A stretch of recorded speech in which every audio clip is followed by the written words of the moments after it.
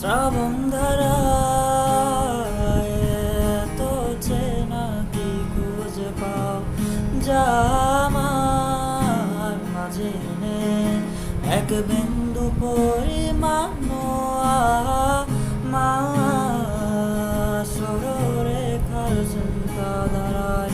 আড়াআড়ি করে দাও কাটো কেন